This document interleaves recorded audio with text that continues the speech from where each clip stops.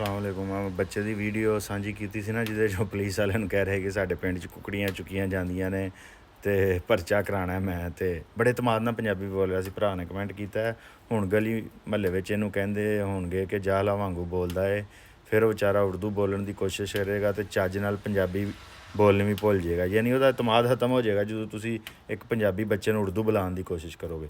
ਪਰ ਜਦੋਂ ਉਹ ਸਕੂਲ 'ਚ ਅੱਗੇ ਜਾਏਗਾ, ਮਜ਼ੀਦ ਜੋ ਸਾਰੀ ਤਲੀਮ ਇੰਗਲਿਸ਼ 'ਚ ਆਏਗੀ, ਉਹ ਫੇਲ ਹੋ ਜਾਏਗਾ।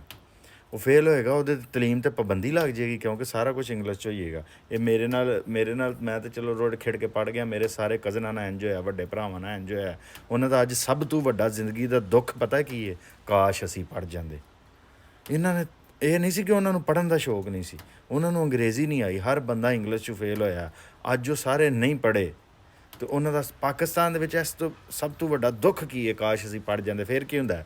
ਉਹ ਪੜ੍ਹੇ ਨਹੀਂ ਨਾ। ਹੁਣ 40 ਸਾਲ ਉਮਰ ਹੈ, ਹੁਣ ਅਸੀਂ ਨਾ ਲੱਖ 70 80 ਲੱਖ ਲਾ ਕੇ ਨਾ ਉਹਨਾਂ ਨੂੰ ਇਲੀਗਲ ਤਰੀਕੇ ਨਾਲ ਯੂਰਪ ਘੱਲਾਂਗੇ, ਕਿਉਂਕਿ ਉਹ ਆਈਟਸ ਹੀ ਨਹੀਂ ਕਰ ਸਕਦੇ। ਅਤੇ ਇਹ ਤੁਸੀਂ ਕਰ ਰਹੇ ਹੋ ਆਪਣੀ ਕੌਮ ਦੇ ਨਾਲ, ਅਤੇ ਅਗਲੀਆਂ ਨਸਲਾਂ ਨਾਲ ਵੀ ਇਹ ਹੀ ਕਰੋਗੇ।